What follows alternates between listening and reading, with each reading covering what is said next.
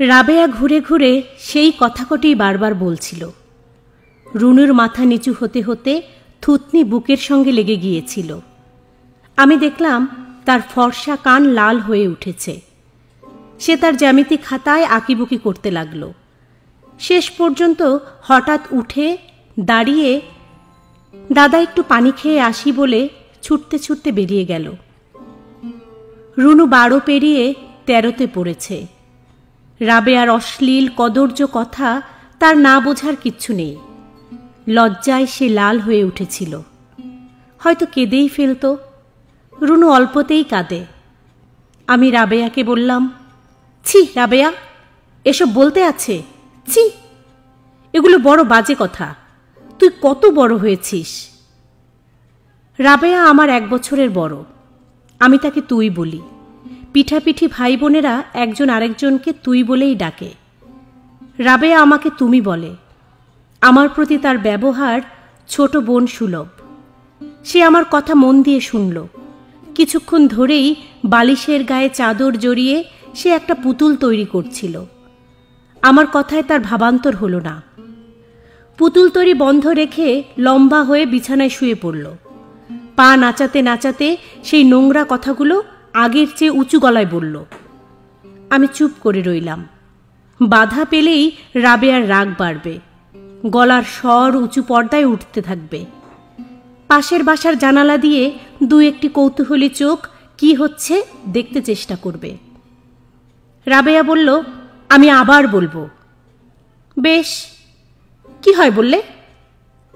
আমি কাতর গলায় বললাম, সে ভারী লজ্জা রাবেয়া, এটা খুব একটা লজ্জার কথা। তবে যে ও আমাকে বলল। কে? আমি বুঝতে পারছি রাবেয়া নিশ্চয় কথাগুলো বাইরে কোথাও শুনে এসেছে।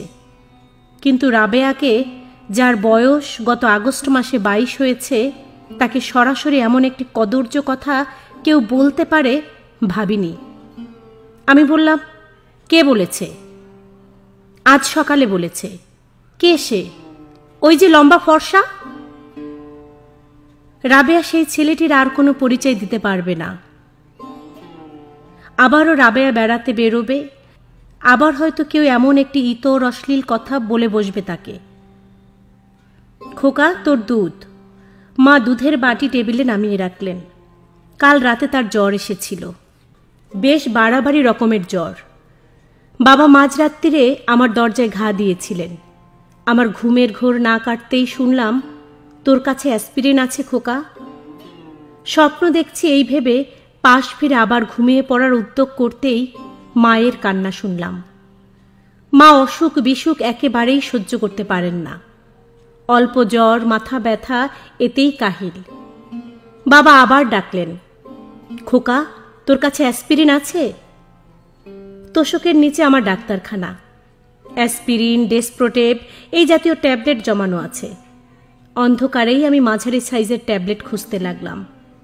এ ঘরে আলো নেই, কোথাও যেন তার জ্বলে গেছে। রাতে হ্যারিকেন জ্বালানো হয়। ঘুমাবার সময় রুনু হ্যারিকেন নিভিয়ে দেয়। আলোতে রুনুর ঘুম হয় না। বাবা বললেন, খোকা পেয়েছিস? কি হয়েছে? তোর মার জ্বর। জ্বরে অ্যাসপিরিন কি হবে? খুব মাথা ব্যথাও আছে। ও। 3টি ট্যাবলেট হাতে নিয়ে দরজা খুলতেই বারান্দায় লাগানো 25 পাওয়ারের বাল্বের আলো এসে পড়ল। কি বাজে ব্যাপার, একটিও অ্যাসপিরিন নয়। বাবা বিরক্ত হয়ে বললেন, ঘরে দেশলাই রাখতে পারিস না? মনে পড়ল ড্রয়ারে একটি নতুন দেশলাই আর 3টি ব্রিস্টল সিগারেট রয়েছে। সারাদিনে 5টার বেশি খাবো না ভেবেও 7টা হয়ে গেছে। আর এখন এই মধ্যরাতে একটা তো জ্বালাতে হবে। কিছুক্ষণের ভেতরেই একটা সিগারেট ধরাবো, এতেই মনটা ভরে উঠল। বাবা অ্যাসপিরিন নিয়ে চলে গেলেন। দেশলাই জ্বালাতেই চোখে পড়ল রাবেয়া বিশ্রীভাবে শুয়ে আছে। প্রায় সমস্ত শাড়ি পাকিয়ে পুটলি বানিয়ে বুকের কাছে জড়িয়ে রেখেছে। শীতের সময় মশা থাকে না, মশারির আভ্রুও সেই কারণেই অনুপস্থিত। বাবার গলা শোনা গেল, নাও শানু, খেয়ে ফেলো ট্যাবলেটটা। আশ্চর্য, বাবা এমন আদুরে গলায় ডাকতে পারেন। আমার লজ্জা করতে লাগলো। বাবা আবার ডাকলেন, শানু, শানু। শাহানা নামটাকে কি সুন্দর করে ভেঙে শানু ডাকছেন বাবা। আমার আর বাবার ঘরের ব্যবধানটা বাঁশের বেড়ার ব্যবধান। উপরের দিকে প্রায় 2 হাত খানিক ফাঁকা। সামান্যতম শব্দের কথাও আমার ঘরে ভেসে আসে। আমি একটা চুমুর শব্দও শুনলাম। আমার মাঝে মাঝে ইনসোমনিয়া হয়। আমার তোষকের নিচে 4টা ভ্যালিয়াম 2 ট্যাবলেট আছে, কিন্তু আমি কখনো ভ্যালিয়াম খাই না। ঘুমের ওষুধ হাড় দুর্বল করে। আমার বন্ধু সলিল ঘুমানোর জন্য 2টি মাত্র বড়ি খেয়ে মারা গিয়েছিল। তার হার্টের অসুখ ছিল, আমারও হয়তো আছে। আমার মাঝে মাঝে বুকের বাম পাশে চিনচিনে ব্যথা হয়। আমি হাজার ইনসোমনিয়াতেও ঘুমের ওষুধ খাই না। মাঝে মাঝে এর জন্য আমার বেশ অসুবিধা হয়। মাঝরাতে বাবা যখন শানু শানু, এই শাহানা বলে ডাকতে থাকেন, তখন আমার কান গরম হয়ে ওঠে, নাক ঘামতে থাকে, হার্টের স্পন্দন দ্রুত স্পষ্ট হয়। রাতের নাটকের সবকটি কথা আমার জানা। মা বলেন, আহা করো কি, ছি। বাবা ফিসফিস করে কি বলেন, তার গলা খাদে নেমে আসে। মা জড়িত কণ্ঠে হাসেন। আমি 2 হাতে আমার কান বন্ধ করে ফেলি। নিজের বুকের শব্দটা সে সময় বড় বেশি স্পষ্ট মনে হয়। কিছুক্ষণের ভেতরই আবার সব নীরব হয়। রুনু আর রাবেয়া ঘুমের ঘরে বিজবিজ করে। টেবিল ঘড়িটার টক টক টক টক টক টক শব্দ আবার ফিরে আসে। আমি টেবিলে রাখা জগে মুখ লাগিয়ে ঢকঢক করে পানি খেয়ে বাইরে এসে দাঁড়াই। বারান্দার এক পাশে 2টি হাসনুহেনা গাছ আছে। মা বলেন হাসনাহেনা, দুটোই প্রকাণ্ড। রাতের বেলায় তার পাশে এসে দাঁড়ালে ফুলের গন্ধে নেশার মতো হয়। হাসনুহেনার গন্ধে নাকি সাপ আসে। মন্টু এই গাছের নিচেই একবার একটা মস্ত বড় সাপ মেরেছিল, চন্দ্রবোড়া সাপ। মা দেখে আতকে উঠে বলেছিলেন, কি করলি রে মন্টু, এর জোড়াটা যে এবার তোকে খুঁজে বেড়াবে। আমি যদিও এসব বিশ্বাস করতাম না, তবু আমারও ভয় লাগছিল। আমি তন্ন তন্ন করে অন্য সাপটাকে খুঁজলাম। বাড়ির চারপাশে কার্বলিক অ্যাসিড দেওয়া হলো। মাস্টার চাচা বললেন, যে সাপটা রয়ে গেছে সেটা পুরুষ সাপ। সাপ দেখে তিনি স্ত্রী পুরুষ বলতে পারতেন। কদিন সবাই খুব ভয়ে ভয়ে কাটালাম, যদিও সেই পুরুষ সাপটিকে কখনো দেখা যায়নি। রাবেয়া বলল, মা আমি দুধ খাবো। মার কাল রাতে জ্বর এসেছিল, তার মুখ শুকিয়ে ছোট হয়ে গেছে। রাবেয়ার কথা শুনে মার মুখ আরও শুকিয়ে গেল, তাকে বাচ্চা খুকির মতো দেখাতে লাগলো। আমি জানি আমরা কেউ যখন কোনো একটা জিনিসের জন্য আবদার করি এবং মা যখন সেটি দিতে পারেন না, তখন তার মুখ এমনই লম্বাটে হয়ে বাচ্চা খুকিদের মতো দেখাতে থাকে। তার নাকের পাতলা চামড়া তীর তীর করে কাঁপতে থাকে। ছোট বয়সে মার এই ভঙ্গিটাকে আমার খুব খারাপ লাগত। আমি একটি জিনিস চেয়েছি, মা সেটি দিতে পারছেন না। তার মুখ বাচ্চা খুকিদের মতো হয়ে গিয়েছে, নাকের ফর্সা পাতলা পাতা তীর তীর করে কাঁপছে। মায়ের এই ভঙ্গিটাকে আমার অপরাধীর মতো ভঙ্গি বলে মনে হতো। আমি মাকে কি করে কষ্ট দেয়া যায় তা ভাবতে থাকতাম। মার গায়ে একটি টিকটিকি ছুঁড়ে দিতে ইচ্ছে হতো। মা টিকটিকিকে বড় ভয় পান। মুখে বলেন ঘৃণা, কিন্তু আমি জানি এ তার ভয়। একবার মা ভাত খেতে বসেছেন, হঠাৎ ছাদ থেকে একটি ছোট টিকটিকির বাচ্চা এসে পড়ল তার মাথায়। তিনি হড় হড় করে বমি করে ফেললেন। মার উপর রাগ হলেই আমি টিকটিকি খুঁজতাম, কিন্তু টিকটিকি খুঁজে পাওয়া সহজ ছিল না, পেলেও ধরা যেত না। কাপড়ের বল বানিয়ে ছুঁড়ে ছুঁড়ে মারতাম দেয়ালের টিকটিকির গায়ে। টুপ করে তার লেজ খসে পড়ত। সেই লেজও মা ঘেন্না করতেন। মা কখনো আমাদের কিছু বলতেন না। মা বড় বেশি ভালো মানুষ। বাবা মারতেন প্রায়, ভীষণ মার। মা বলতেন, আহা কি করো, আহা ব্যথা পায় না। বাবা বলতেন, যাও সরে যাও, সরে যাও সামনে থেকে, আদর দিয়ে দিয়ে মাথায় তুলেছ তুমি। মাকে তখন বড় বেশি অসহায় মনে হতো, আর আমার ইচ্ছে হতো কাল ভোরেই বাড়ি থেকে পালাবো, আর কখনো আসবো না। মা আমাকে দুধ দাও, রাবেয়া জিদ করতে লাগলো। আমি বাটিটি তার দিকে বাড়িয়ে দিলাম। মা মৃদু কণ্ঠে বললেন, আহা, খা না তুই, তোর পরীক্ষা। দুধের বিলাসিতাটুকু আমার জন্যই। সামনে এমএসসি ফাইনাল। রাত জেগে পড়ি। 9টার দিকে মা দুধ নিয়ে আসেন। আমি দুধে চুমুক দিতেই মা নীরবে রাবেয়ার শাড়ি থেকে একটি একটি করে সেফটি পিন খুলতে থাকেন। রাবেয়ার শাড়িতে গোটা 10 সেফটি পিন সারা দিন লাগানো থাকে। সমস্ত দিন সে ঘুরে বেড়ায়। তার অনাবৃত শরীর ভুলেও যেন কারুর চোখে না পড়ে, এই ভয়ে মা এই করেন। রাবেয়াকে ঘরে আটকে রাখা যাবে না, তাকে সালোয়ার কামিজও পরানো যাবে না। তার যে বয়স নেই, অথচ সবাই রাবেয়ার দিকে অসংকোচে তাকাবে। বয়স হলেই ছেলেরা মেয়েদের দিকে তাকায়। সেই তাকানোয় লজ্জা থাকে, দৃষ্টিতে সংকোচ থাকে। কিন্তু রাবেয়ার এ ব্যাপারে সংকোচ বা লজ্জার কোনো কারণ নেই। রাবেয়াকে যে কেউ অতি কুৎসিত কথা বললেও সে হাসি মুখে সে কথা শুনবে। বাড়ি এসে অনায়াসে সবাইকে বলে বেড়াবে। মা রাবেয়ার পাশে বসে রাবেয়ার মাথায় হাত রাখলেন। আমি একটি ছোট কিন্তু স্পষ্ট দীর্ঘ নিঃশ্বাসের শব্দ শুনলাম। রাবেয়া ঢক ঢক করে দুধ খাচ্ছে।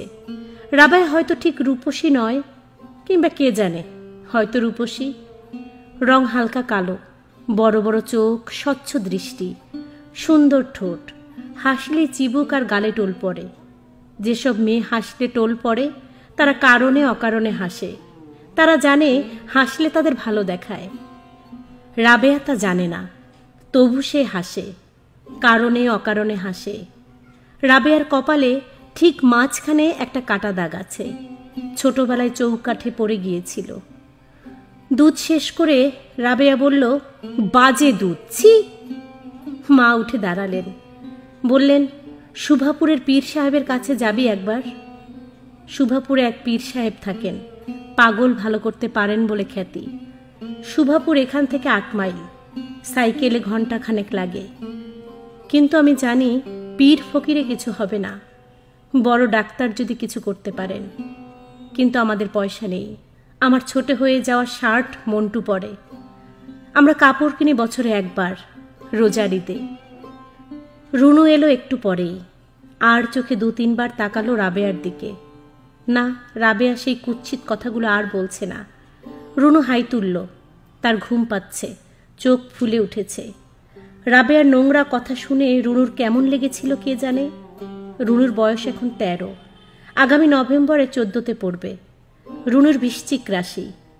আমার যখন এমন বয়স ছিল তখন এ ধরনের কথা শুনতে বেশ লাগতো। সেই বয়সে মেয়েদের কথা ভাবতে আমার ভালো লাগতো। টগর ভাইয়ের বাসায় সন্ধ্যাবেলা অঙ্ক বুঝতে যেতাম। নীলু বলে তার একটা ছোট বোন ছিল। বড় হয়ে এই মেয়েটাকে বিয়ে করব ভেবে বেশ আনন্দ হতো আমার। নীলুর সঙ্গে কথা বলতেও লজ্জা লাগতো, কথা বেঁধে যেত মুখে। নীলু যখন আমার হাত ধরে টেনে বলতো, আসুন না দাদু ভাই, লুডু খেলি, তখন অকারণেই আমার কান লাল হয়ে উঠত, গলার কাছটায় ভার ভার লাগতো। রুনুরও কি কোনো ছেলেকে ভালো লাগে? রুনুও কি কখনো ভাবে বড় হয়ে আমি এই ছেলেটিকে বিয়ে করব? কে জানে, হয়তো ভাবে, হয়তো ভাবে না। রুনু বড় লক্ষ্মী মেয়ে, এত লক্ষ্মী আর এত কোমল যে আমার মাঝে মাঝে কষ্ট হয়। কেন জানি না আমার মনে হয় এ ধরনের মেয়েরা সুখ পায় না জীবনে। আমি রুনুকে অনেক বড় করব।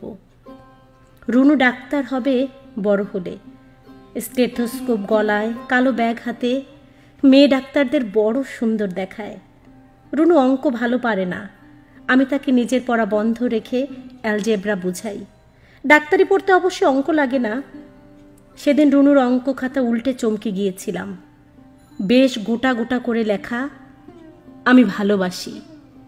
পরের কথাগুলো পড়ে অবশ্যই আমি লজ্জাই পেলাম। সেটি একটি ছেলে মানুষই কবিতা। আমি পৃথিবীর এই সৌন্দর্য ভালোবাসি, গাছপালা গান ভালোবাসি, এ জাতীয়। আমি বললাম, সুন্দর কবিতা হয়েছে রুনু। রুনু লজ্জায় গলদা চিংড়ির মতো লাল হয়ে বলল, যাও, ভারী দুষ্টু তো, এটা মোটেই ভালো হয়নি। আমি বললাম, তাহলে তো মনে হয় অনেক কবিতা লিখেছিস। রুনু মাথা নিচু করে হাসতে লাগলো। আমি বললাম, দেখা রুনু, লক্ষ্মী মেয়ে তুই। রুনু আরক্ত হয়ে উঠে গিয়ে আমার ট্রাঙ্ক খুলল। তার যাবতীয় গোপন সম্পত্তি আমার ট্রাঙ্কে থাকে। এই বয়সে কত তুচ্ছ জিনিস অন্যের চোখের আড়াল করে রাখতে হয়। কিন্তু রুনুর নিজস্ব কোনো বাক্স নেই। আমার ট্রাঙ্কের এক পাশে তার দুটি বড় বড় 4 কোনা বিস্কুটের বাক্স থাকে, আর কিছু খাতাপত্রও থাকে দেখছি। রুনু হাতির ছবি আঁকা একটি 2 নম্বরী খাতা নিয়ে এসে লজ্জায় বেগুনি হয়ে গেল। আমি বললাম, তুই পড়ে শোনা আমাকে। না, তুমি পড়ো, দে তাহলে আমার হাতে। রুনু খাতাটা গুজে দিয়ে দৌড়ে পালালো। দেখলাম সব মিলিয়ে 12খানা কবিতা, 2টি মায়ের উপর, একটি পলার উপর। পলা আমাদের পোষা কুকুর। এক দুপুরে কোথায় যে চলে গেল, একটি মন্টুর সাপ মারা উপলক্ষে। মন্টু ভাই তো মারলেন মস্ত বড় সাপ, 4 হাত লম্বা, সে কি তার প্রতাপ। মনে মনে ভাবলাম রুনুকে একটি খাতা কিনে দেব। রুনু খাতা ভর্তি করে ফেলবে কবিতায়। রবীন্দ্রনাথের একটি গল্পে বাচ্চা মেয়ের একটি চরিত্র আছে। মেয়েটি লিখতে শেখা অবধি ঘরের দেয়াল, বইয়ের পাতা, মার হিসেবের খাতায় যা মনে আসতো তা লিখে বেড়াত। মেয়েটির দাদা তাকে একটি চমৎকার খাতা দিয়েছিল, যা তার জীবনে পরম শখের সামগ্রী হয়েছিল। কিন্তু আমার হাতে টাকা ছিল না। তবু আমি মনস্থির করে ফেললাম রুনুকে একটা খুব ভালো খাতা কিনে দেব। আমার মনে পড়ল হাতিমার্কা যে খাতাটায় রুনু কবিতা লিখেছে, রুনু সেটি আমার কাছ থেকেই চেয়ে নিয়েছিল। যেখানে আমার নাম ছিল সেটি কেটে রুনু বড় বড় করে নিজের নাম লিখেছে। দিনে ক ঘন্টা পড়ছি তার হিসেব রাখার জন্য খাতাটি কিনেছিলাম। সপ্তাহ 2 যাবার পরও যখন কিছু লেখা হয়নি, তখন একদিন রুনু সংকুচিতভাবে আমার টেবিলের সামনে এসে দাঁড়ালো। সাপের মতো এঁকে বেঁকে বলল, দাদা, খাতাটা আমাকে দাও না। কোন খাতা? এইটে। যা, নিয়ে যা। রুনু খাতা হাতে চলে গেল। তার মুখে সেদিন যে খুশির আভা দেখেছি, আমি আবার তা দেখব। 3.5 টাকা দিয়ে প্লাস্টিকের সুদৃশ্য কাভারের চমৎকার একটি খাতা কিনে তাকে দেব। আমার হাতে যদিও টাকা ছিল না, তবু আমি রুনুকে খাতা কিনে দিয়েছিলাম। রুনুকে বড় ভালোবাসি, আমি বড় ভালোবাসি। রুনুকে দেখলেই আমার আদর করতে ইচ্ছে হয়। রুনু বড় লক্ষ্মী মেয়ে। রুনুর ভালো নাম সালেহা। রুনু নামটা আমারই দেয়া। রুনুর জন্য রুনু নামটাই মানানসই। রুনু নামে কেমন একটা বাজনার আমেজ আসে। আবার যখন দীর্ঘ স্বরে ডাকা হয় রুনু, তখন কেমন একটা আমেজ আসে। রুনু বলল, দাদা, আমি ঘুমিয়ে পড়ি। মা মশারি খাটিয়ে দিয়ে গেছেন। বেশ মশা এখন। রাতের সঙ্গে সঙ্গে মশাও বাড়তে থাকবে। আমার কানের কাছে গুনগুন করবে তারা। পড়ায় মন দিতে পারছি না। এমএসসিতে খুব ভালো রেজাল্ট করতে হবে আমার। একটা ভদ্র ভালো বেতনের চাকরির আমার বড় প্রয়োজন। রুনু গুটিসুটি মেরে রাবেয়ার পাশে শুয়ে পড়েছে। অবশ্যই সে এখন ঘুমাবে না। যতক্ষণ ঘরে আলো জ্বলে ততক্ষণ রুনু ঘুমোতে পারে না। আমার পাশেই রাবেয়া আর রুনু শুয়ে আছে। এত পাশে যে হাত বাড়ালেই ছোঁয়া যায়। রাবেয়াটা শুতে না শুতেই ঘুমিয়ে পড়ে। একবার ঘুমিয়ে ঘুমিয়ে কাঁদে। সে কান্না বিলম্বিত দীর্ঘ সুরের কান্না। পলাও মাঝে মাঝে এমন কাঁদত। মা বলতেন, দূর দূর। কুকুরের কান্না নাকি অমঙ্গলের চিহ্ন। গৃহস্থদের বিপদ দেখলেই কুকুর, বেড়াল এ জাতীয় পোষা জীবগুলো কাঁদে। রাবেয়ার কান্নার উৎস আমরা জানি না। হয়তো সারা দিনের অবরুদ্ধ কান্না রাতে অঝোর ধারার মতোই নেমে আসে। রাবেয়ার কান্নায় রুনু ভয় পায়। বলে, দাদা, আপা কাঁদছে কেমন দেখো। আমি বলি, ভয় কি রুনু?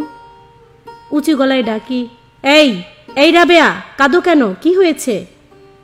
কোনো কোনো রাতে অপূর্ব জ্যোৎস্না হয়। জানালা গলে নরম আলো এসে পড়ে আমাদের গায়ে। জ্যোৎস্নায় নাকি হাসনুহেনা খুব ভালো ফোটে। নেশা ধরানো ফুলের গন্ধে ঘর ভরে যায়। আমি ডাকি, রুনু, ঘুমিয়েছিস? গল্প শুনবি? বলো। কি গল্প বলবো ভেবে পাই না। গল্পের মাঝখানে থেমে গিয়ে বলি, এটা নয়, আরেকটা বলি। রুনু বলে, বলো। সে গল্প শেষ হয় না। আচমকা মাঝ পথে থেমে গিয়ে বলি, তুই একটা গল্প বল রুনু। আমি বুঝি জানি? যা জানিস তাই বল। বল না। তুমি বলো দাদা। রুনুকে আমার টমাস হার্ডির a pair of blue eyes এ গল্প বলতে ইচ্ছা হয়।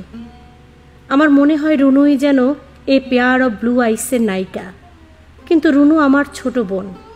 সামনের নভেম্বরে সে 14 বছরে পড়বে। এমন প্রেমের গল্প তাকে কি করে বলি? রুনু বলে, থেমে গেলে কেন দাদা, শেষ করো না। আমি গল্প বন্ধ করে জিজ্ঞেস করি, রুনু, তোর কাকে সবচেয়ে বেশি ভালো লাগে? তোমাকে। হয়তো আমাকে তার সত্যি ভালো লাগে।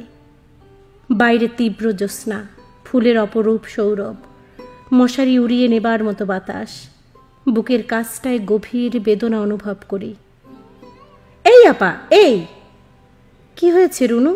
দাদা, আপা আমার গায়ে ঠ্যাং তুলে দিয়েছে। রাবেয়া ঘুমের ঘরে পা তুলে দিয়েছে রুনুর গায়ে। বেশ স্বাস্থ্য রাবেয়ার। স্বাস্থ্যবতী মেয়েদের হয়তো ভরা যৌবনের মেয়ে বলে। ভরা যৌবন কথাটায় কেমন একটা অশ্লীলতার ছোঁয়া আছে। আমার কাছে যুবতী কথাটা তরুণীর চেয়ে অনেক অশ্লীল মনে হয়। কে জানে কেন? পাশের বাসায় লোকজনের শব্দ শোনা যাচ্ছে। রাত যত বাড়ে আশপাশের শব্দ ততই স্পষ্ট হয়।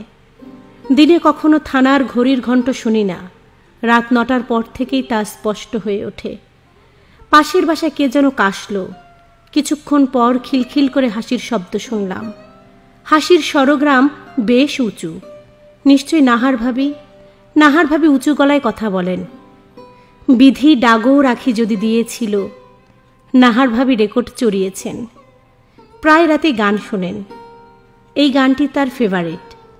আমার রবীন্দ্রসঙ্গীতের প্রাঙ্গণে মোর শিরীষ শাখায় সবচেয়ে ভালো লাগে। এই রেকর্ডটি তারা খুব কম বাজান। বিধি ডাগও রাখি বড় করুণ। নাহার ভাবি তো খুব হাসি খুশি, অথচ এমন একটি করুণ গান তার পছন্দ কেন কে জানে। যারা খুব হাসি খুশি, করুণ সুর তাদের খুব মুগ্ধ করে। কোথায় যেন পড়েছি। রুনু হঠাৎ ডাকল, দাদা ঘুমিয়েছ? না। নাহার ভাবি গান বাজাচ্ছে। এরপর কোন গানটা বাজাবে জানো? না। কোনটা? আধুনিক, জোনাকি ঝিকিমিকি জালো আলো। সত্যি সত্যিই তাই বাজলো। রুনু শব্দ করে হাসল। আমি বললাম, তুই জানলি কি করে? আমি তো আজ দুপুরে সাজিয়ে রেখেছি। তোমার গান সবার শেষে। রাবেয়া ঘুমের ঘরে বলল, না না, বললাম তো যাব না। হারুন ভাই যদি সত্যি সত্যি রাবেয়াকে বিয়ে করে ফেলতো, তবে আর মাঝরাতে গান শোনা হতো না। রাবেয়ার গান ভালো লাগে না।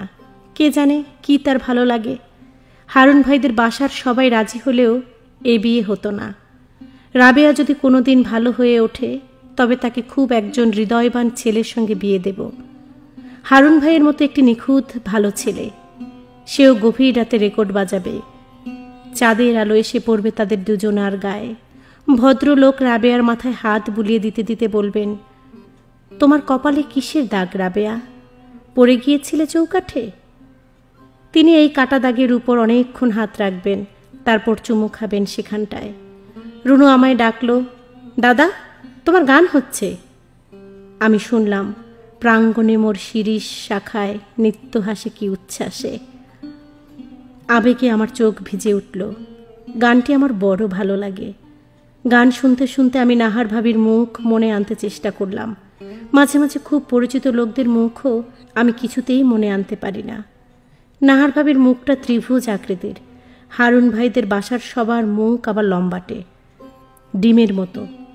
তারা সবাই ভারী সুন্দর। কয় পুরুষ ধনী থাকলে চেহারায় একটা আলগা লালিত্য আসে কে জানে। ভাবতে ভালো লাগে এই পরিবারটিতে কোনো দুঃখ নেই।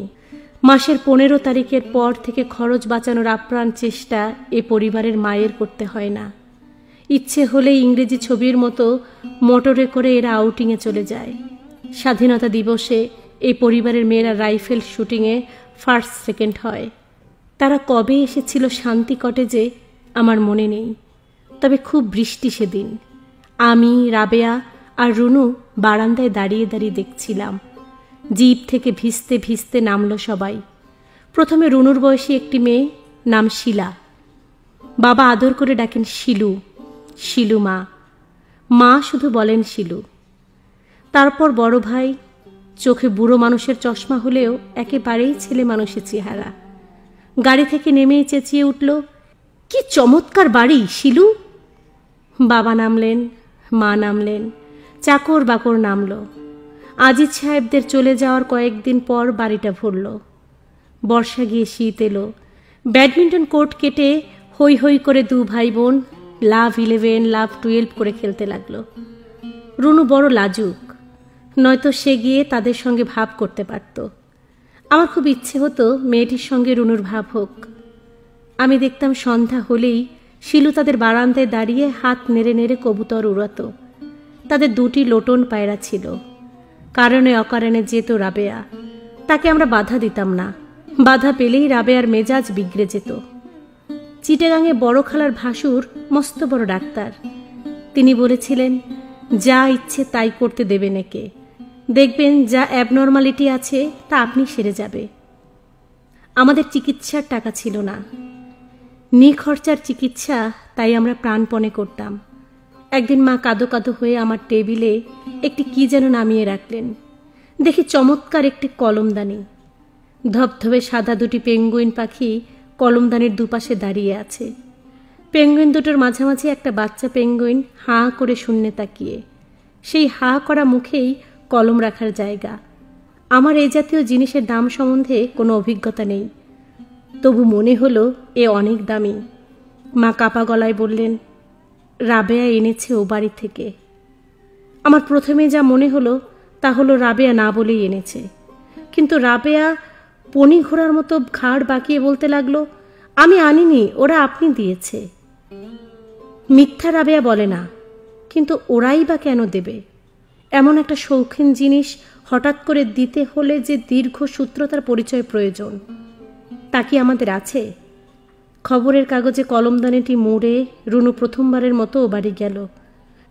রাবেয়া নাকি সুরে বলতে লাগলো, আমার জিনিস রুনু যে বড় নিয়ে চলল, ভেঙে ফেললে আমি মজা না দেখে ছাড়ব। জানা গেল রাবেয়া আনেনি, ওরাই দিয়েছে। না, ঠিক ওরা নয়, হারুন বলে যে ছেলেটি শিগগিরই বিদেশে যাবে, শুধু একটি পাসপোর্টের অপেক্ষা, সে দিয়েছে। শিলু আর তার মাও ঠিক জানতেন না ব্যাপারটা, তারাও একটু অবাক হয়েছেন। শিলুর সঙ্গে অল্প সময়ে খুব ভাব হয়ে গেল রুনুর।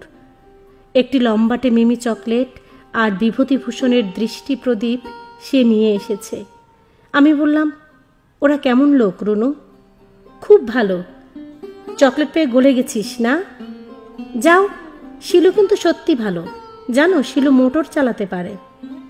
যা, এতটুকু বাচ্চা মেয়ে, সত্যি ওদের মোটর সারাতে দিয়েছে, যখন আসবে তখন সে দেখাবে চালিয়ে। আর কি গল্প হলো? কত গল্প, ওদের অনেক রেকর্ড আছে। অনেক? হিসেব নেই এত। আমাকে রোজ যেতে বলেছে। শুধু তুই যাবি? ও আসবে না? আসবে না কেন, নিশ্চয়ই আসবে। শিলু অবশ্যই এসেছে কালে ভদ্রে। যখন তার রুনুর সঙ্গে দরকার পড়ত তখনই জানালার পাশে দাঁড়িয়ে ডাকত, রুনু রুনু। রুনু সব কাজ ফেলে ছুটে যেত। আমি মনে মনে চাইতাম মেয়েটা ঘন ঘন আসুক আমাদের কাছে, তার সঙ্গে গল্প করার ইচ্ছা হতো আমার। আমি মনে মনে ঠিক করে রেখেছিলাম তার সঙ্গে যদি আলাপ হয় তবে কি বলবো। দুরাতে তাকে স্বপ্নেও দেখেছি। একটি স্বপ্নে সে শাড়ি পরে এসে খুব পরিচিত ভঙ্গিতে বসেছে আমার টেবিলে। আমি বললাম, টেবিলে কেন শিলু? চেয়ারে বসো। শিলু হাসতে হাসতে বলল, টেবিলে বসতেই যে আমার ভালো লাগে। হাতে একটা চামচ নিয়ে টুং টুং করে চায়ের কাপে জল তরঙ্গের মতো একটা বাজনা বাজাতে লাগলো সে। দ্বিতীয় স্বপ্নটি দেখেছি দিনে দুপুরে। অনুরোধের আসর শুনতে শুনতে ঘুমিয়ে পড়েছি। হঠাৎ দেখলাম শিলু এলো, আগের মতোই শাড়ি পরা। আমি বলছি, শিলু এত দেরি কেন? কি চমৎকার গান হচ্ছিল। আমার নাম তো শিলা, আপনি শিলু ডাকেন কেন? শিলুর সঙ্গে আমার কথা হতো এই ধরনের। হয়তো বিকেলে বারান্দায় বসে আছি, হঠাৎ শিলু ডাকলো, শুনুন, একটু রুনুকে ডেকে দেবেন। বাবা পেঙ্গুইন পাখির কলমদানি দেখে খুব রাগ করলেন। বাবার পয়সা ছিল না বলেই হয়তো অহংকার ছিল। শিলুদের পরিবারকে তার একটু পছন্দ হতো না। নিজে আজীবন কষ্ট পেয়েছেন, অন্যের সুখ সে কারণে সহজভাবে নেওয়ার মানসিকতা তার ছিল না। প্রথম জীবনে ছিলেন স্কুল মাস্টার, প্রাইভেট স্কুল, মাইনে ঠিক ছিল না। আমরা সব তার মাইনের উপর নির্ভর করে আছি দেখে মাস্টারের ছেড়ে ঢুকলেন ফার্মে। 12 বছরে ক্যাশিয়ার থেকে অ্যাকাউন্টেন্ট হলেন, মাইনে 350। কলমদানিটা ফিরিয়ে দেবার জন্য বাবা পিড়াপিড়ি করছিলেন, কিন্তু রুনু বা মা কেউ সে নিয়ে এগোলো না। কলমদানির পেঙ্গুইন পাখিটি ধ্যানী মূর্তির মতো বসে রইল আমার টেবিলে। রাবেয়া শুধু মাঝে মাঝে আমায় বলে, তোমার টেবিলে বলে এটা তোমার মনে করো না খোকা, আচ্ছা ইচ্ছে হলে মাঝে মাঝে কলম রেখো। ঘুমের ঘরে রুনু বলল, না পানি খাবো না। তারপর আরো খানিকক্ষণ উহু উহু করল। থানার ঘড়িতে ঢং করে শব্দ হলো একটা। 12:30, 1 কিংবা 1:30, যে কোনোটা হতে পারে। আমার আরেকটা সিগারেট ধরাবার ইচ্ছে হলো। কে যেন বলেছিল, সিগারেটের আনন্দটা আসলে সাইকোলজিক্যাল। তুমি একটা কিছু পুড়িয়ে শেষ করে দিচ্ছ, তার আনন্দ। অনেকে আবার বলেন নিঃসঙ্গের সঙ্গী। এই মধ্যরাতে আমি একলা জেগে আছি। নিঃসঙ্গ তো বটেই। সিগারেটের একটি বিজ্ঞাপন দেখেছিলাম সিনেমায়। সমস্ত পর্দা অন্ধকার। আবছা আলোয় হলে দেখা গেল বড় রাস্তা ধরে এগিয়ে আসছে কে একজন। চারপাশে কেউ নেই, ভুতুরে আবহাওয়া, থমথমে করছে অন্ধকার। পর্দায় লেখা হলো, সে কি নিঃসঙ্গ?